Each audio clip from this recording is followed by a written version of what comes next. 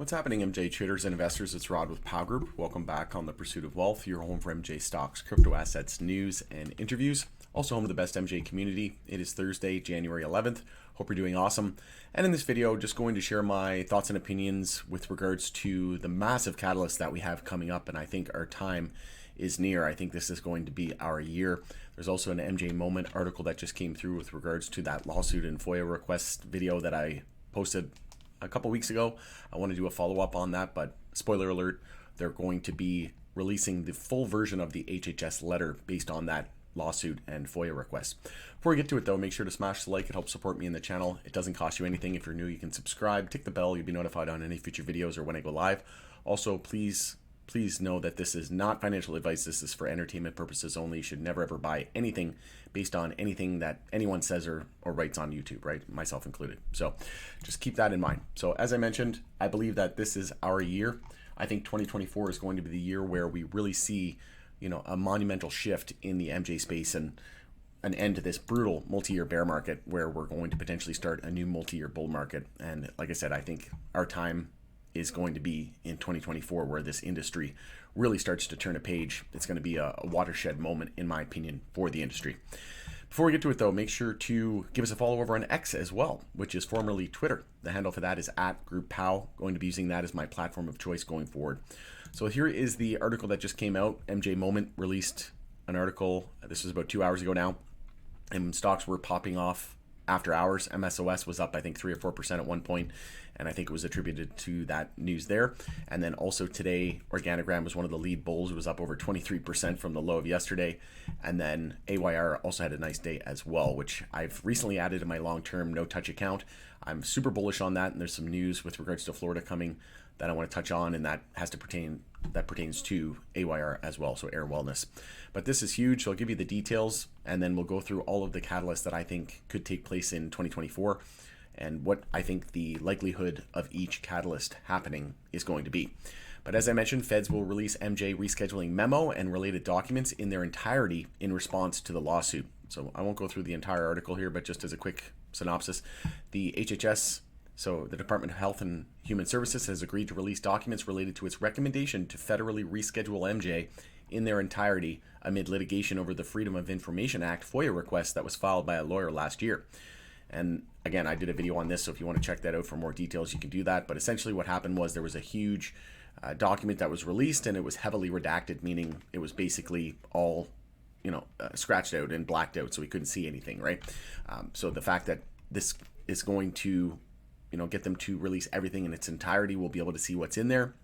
We'll be able to see all of the comments from HHS, and then this is going to increase the probabilities of what the DEA may do, right? So we've kind of just been going off, this original letter, and no one had access to the letter, and then we got a heavily redacted version and didn't really change anything.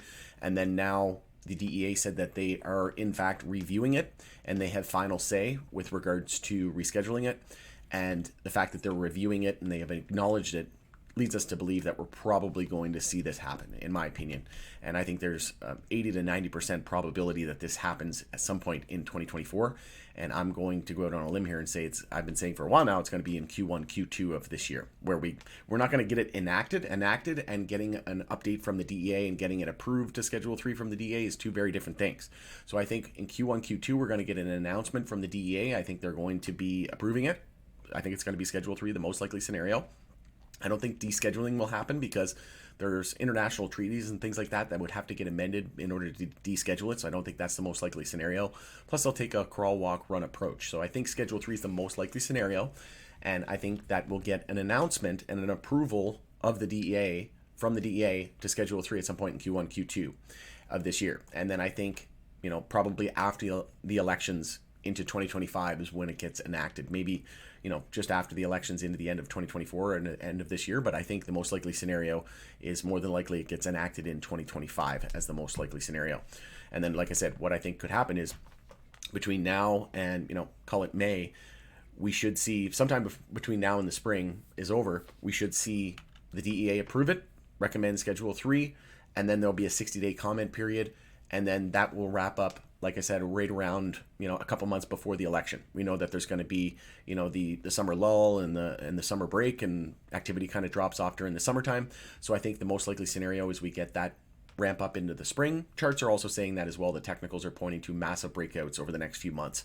So all of this lines up with my bullish thesis and what we're looking at. Also, Boris Jordan agrees with me. I've been saying this for a while now, and there was a recent interview with him as well saying that he believes it's going to be at some point around April. And there's some other massive catalysts as well. So vote on Germany's MJ law was delayed until this year, 2024. It is now 2024.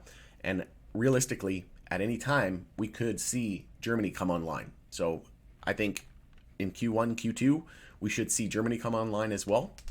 And then I also did a video on this not too long ago that Florida is inching closer to recreational MJ with the 2024 ballot initiative. I think this is 80 to 90% chance as well that we get a ruling in sometime around April. It says here the court is expected to rule on it by April 1st, the Supreme Court in Florida. So the fact that that's around April 1st, we know that we could potentially see rescheduling and DEA official confirmation from the DEA and approval of Schedule 3 at some point around the same time. So like I said, I think there's an 80 to 90+% chance that we get rescheduling and Florida on the ballot for 2024. And I think Florida is going to be one of the most absolute biggest markets in terms of MJ around the globe. I mean, the amount of people that are moving there these days, and a lot of people kind of moving out of California. We've seen the struggles there, and then a lot of people moving to Florida. And the amount of tourists there alone, we're talking millions and millions of tourists every single year. So I think this is going to be the biggest market and one of the biggest catalysts. So like I said, I think there's an 80 to 90% chance that we get Florida and rescheduling this year and in Q1, Q2, and it could line up right around that April mark, which would be right in time for 420. Just think of the mass campaigning that would be going on with regards to that and 420 holiday, right? If you want to call it a holiday. But Germany, realistically, this could happen any month. Like, this could come before rescheduling. And in fact, that would make more sense, in my opinion. We see Germany come online, and then if we get all of these catalysts strung together, like I said, 2024 could be our year, and a year to remember, one for the record books, that's for sure. So Germany's going to be a massive, massive market and a pivotal step into the rollout across the globe, right? So Florida, I think there's a high probability, 70, well, I said 80 to 90% chance that it gets passed and it gets on the ballot. I think there's a 70 to 80% chance that it actually gets approved and enacted, and then that would go live at some point in 2025 as well. And then last but not least, we have one of our favorite members of the community, Don Murphy. He says they're back.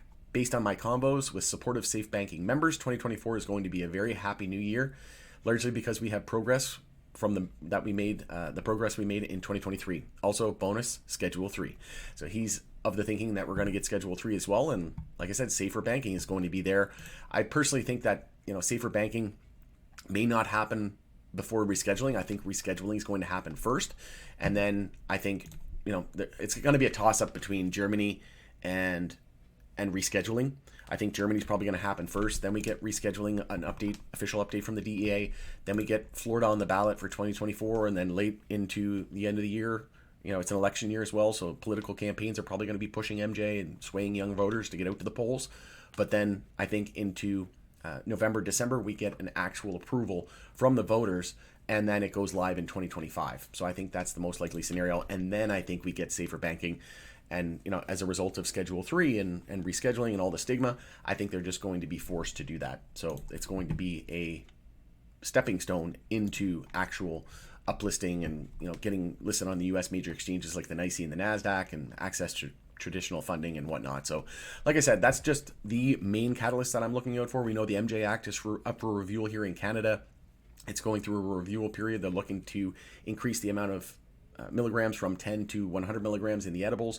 They're looking to improve excise taxes as well, advertising, marketing, all of these things that we know are hindering the industry at the moment.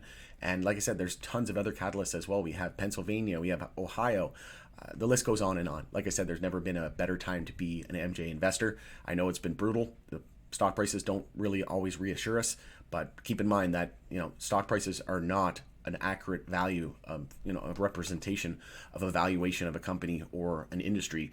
And quite often than not, we usually see a discrepancy, and it just doesn't make any sense for a lot of the time, right? Because it's a nascent industry. We get exuberant to the upside. We get, massive, insane valuations to the upside, and then we get insane rock bottom prices on the way back down.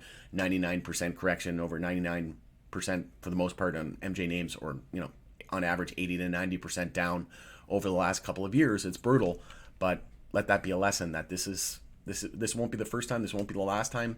And it's not just this industry. It happens in all new emerging, burgeoning industries. Happened in the internet days, happened in the crypto and blockchain sphere as well. And now it's happening in MJ. So take advantage of it. In my opinion, this is more time to accumulate. And I've been adding to my TFSA. I think I've got about 80% of it maxed out now.